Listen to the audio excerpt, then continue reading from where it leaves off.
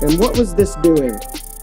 These next few verses are showing us how anyone has been saved from the beginning, and how anyone has been saved after Jesus was here, and how anyone will be saved from here until the end of all time, through the cross. How were people in the Old Testament saved? Through the cross of Jesus. That hadn't happened yet. Yeah, I know. That's why what he's saying is only through the cross. What was it showing? Well, this was to show God's righteousness, because in his divine forbearance, in his divine tolerance, in his divine patience, in his divine self-restraint, in his divine holding back, it's talking about Old Testament times, he passed over former sins, meaning he didn't judge people in the Old Testament. All of those people he saved, he took with him, he justified, declared righteous. He didn't judge them for their sin. He passed over those sins in his patience, because those sins would be paid for in the future by Jesus on the cross. Some of us read the Old Testament and go, wow, God seems very unjust or unrighteous. He slaughters people. People sin against him and he just kills them. Man, God seems really unjust. It shows how wicked our minds are when we think that God could ever do something unjust to someone else, as if we don't deserve death for our rebellion against him. It's the opposite of what Paul says.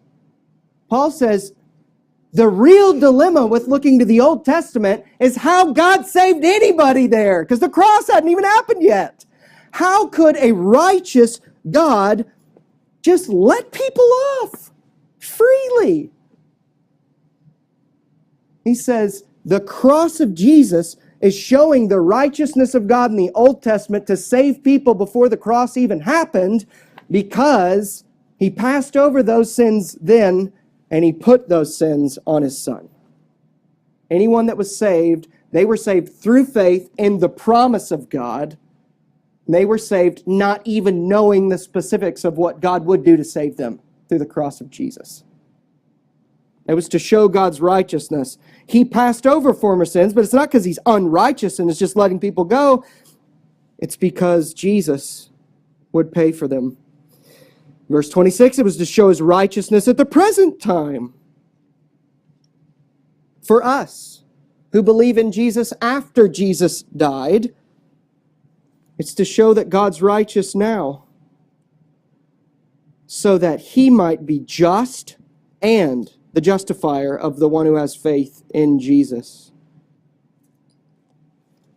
We got to take a second to understand what he's saying. Here's the question. The question is not, how could God send anyone to hell? That's so plain and clear. Because we deserve it.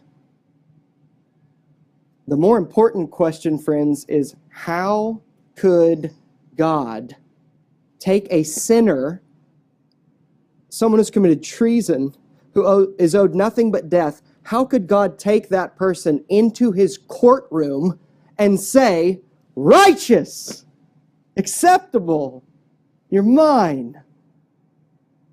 How could God do that and at the same time still be righteous and just?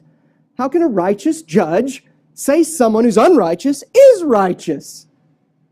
That's the real question. How on earth could God not destroy us and still be just? That's what he's saying here, is Jesus on the cross taking the penalty for our sin was so that God could remain righteous and just, and at the same time look at sinners and say, justified, righteous. He says that to us because he gives us Jesus' righteousness, that he lived without sin. He takes away our sin from us because Jesus bore it on the cross.